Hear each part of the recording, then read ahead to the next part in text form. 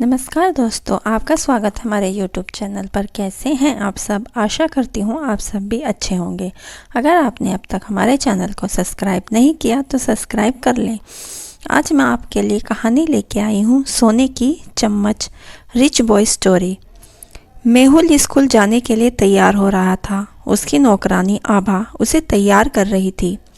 तभी मेहुल की मम्मी आशा जी ने आवाज़ लगाई, आभा, कितना टाइम लगेगा? बाबा को तैयार करने में देर हो रही है। जी बस हो गया। चलो बाबा, जल्दी चलो। तुम खेल में लगे रहते हो, डांट मुझे पड़ती है। मम्मी की आवाज़ सुनकर मेहुल जल्दी से बाहर आ गया। गेट के पास आशा जी खड़ी थी।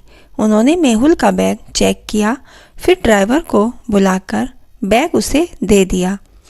बाहर चमचमाती हुई गाड़ी में मेहुल जाकर बैठ गया। कुछ ही देर में गाड़ी फर्राटे मारती हुई स्कूल पहुंच गई।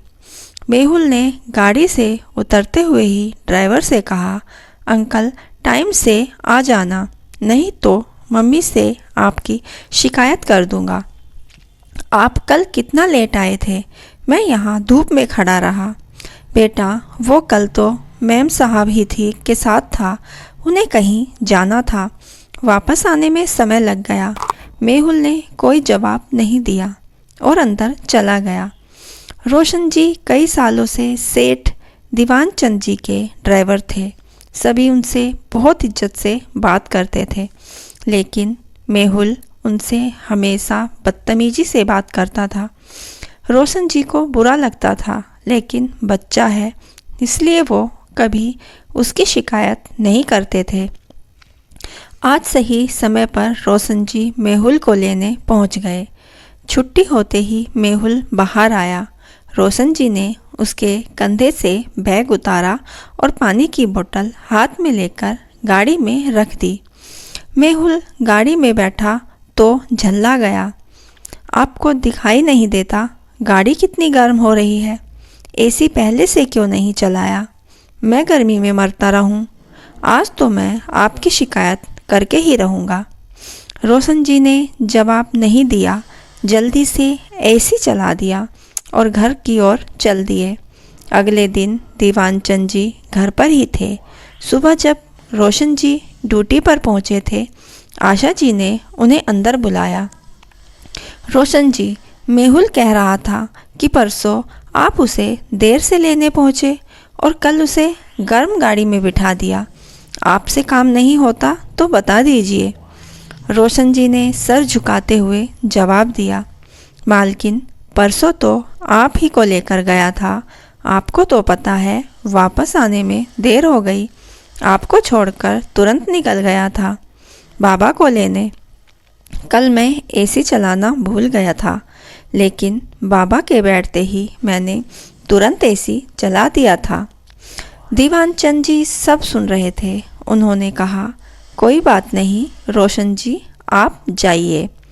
उनके जाने के बाद उन्होंने आशा जी से कहा, रोशन जी मेरे पिताजी के समय से काम कर रहे हैं, कभी लापरवाही नहीं की, लेकिन हम मेहुल को कुछ ज़्यादा ही आराम दे रहे हैं।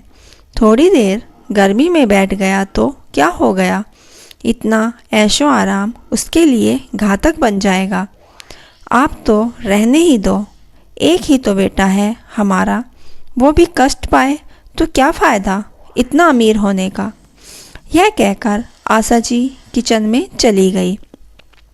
हर नए दिन के साथ मेहुल की आदतें बिगड़ती जा रही थी। कभी वह खाना फेंक देता, कभी किसी भी नौकर को डांट देता। आशा जी हमेशा उसका पक्ष लेकर नौकरों को डांटती रहती थी। एक दिन रोशन जी छुट्टी लेकर अपने गांव चले गए। उनकी माताजी बीमार थी। सुबह जब मेहुल स्कूल के लिए तैयार हुआ तो आशा जी ने कहा, बेटा, आज रोशन जी तो नहीं आए, तुम आज टैक्सी से स्कूल चले जाओ, मैं कैब बुक कर देती हूँ।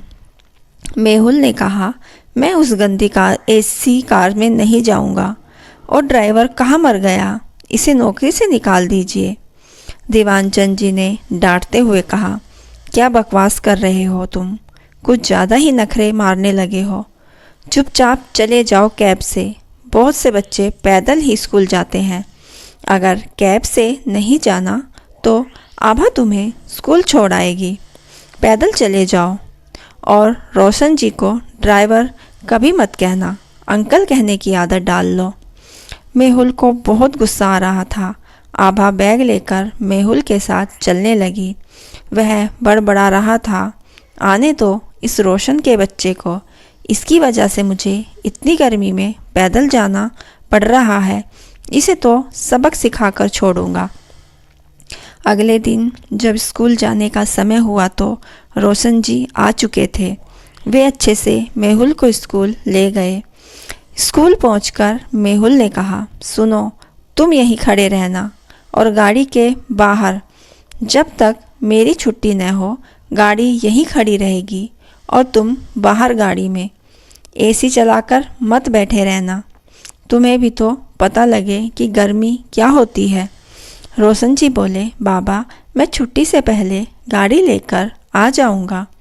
मेहुल बोला, नहीं, खड़े रहो, नहीं तो तुम्हें नौकरी से निकलवा दूंगा। यह कहकर मेहुल अंदर चला गया।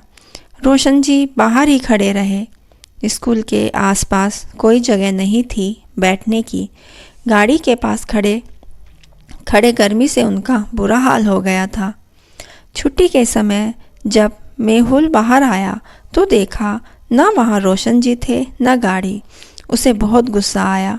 तभी सामने से आभा आती हुई दिखाई दी।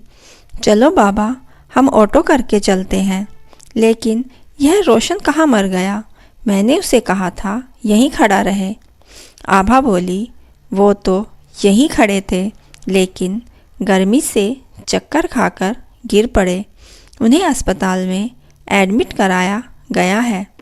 यह सुनकर मेहुल के पैरों तले जमीन खिसक गई। वह घर पहुंचा तो देखा मम्मी पापा वहाँ नहीं हैं। मेहुल बैठकर रोने लगा कि उसे अब डांट पड़ेगी। यह सब उसकी वजह से हुआ है। कुछ देर बाद मेहुल के मम्मी पापा आ गए तो मेहुल ने पूछा, अंकल कैसे हैं? आशा जी ने कहा, बेटा वो अब ठीक हैं। कह रहे थे बस तुम्हें छोड़कर वापस आ रहे थे, अचानक चक्कर आ गया। मेहुल सोच रहा था आज उसे डांट पड़ेगी, लेकिन रोशन जी ने उसकी शिकायत ही नहीं की।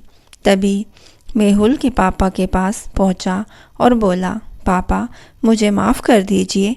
मैंने ही कल का बदला लेने के लिए रोशन अंकल से कहा कि जब तक छुट्टी न हो वे गाड़ी के बाहर खड़े रहें।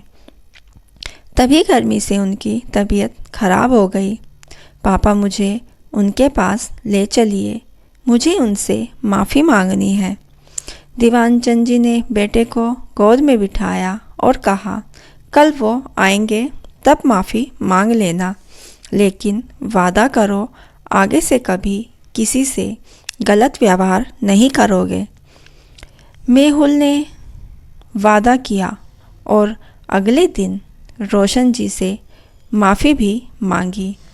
अब वह किसी को परेशान नहीं करता, अपना सारा काम वह खुद करता है।